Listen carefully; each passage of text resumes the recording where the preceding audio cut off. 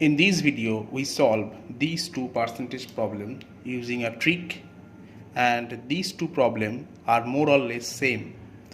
We use a trick to solve these two questions.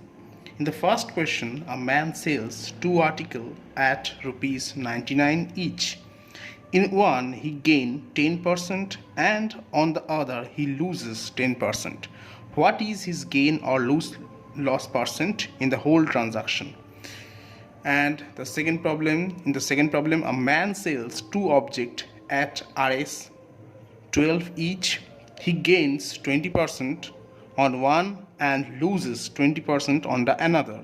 What is his gain or loss percent in the whole transaction? That means both the problem are of similar type. Always remember, in this type of problem, always a loss occur, and the trick is that loss percent, that means total loss percent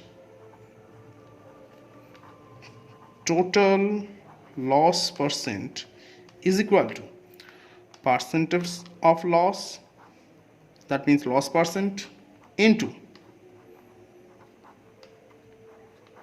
profit percent divided by 100.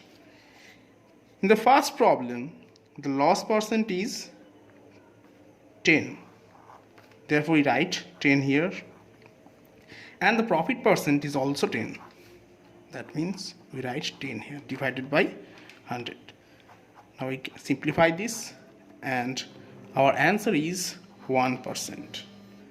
And this is our answer for the first problem. That means a loss of 1% occur. Now we proceed to problem number 20. Here we use the same formula. Here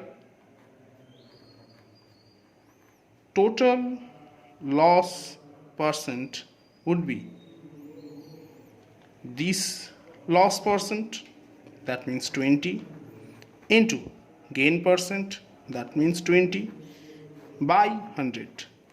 That means a loss of 4% in the whole transaction happens in the second problem.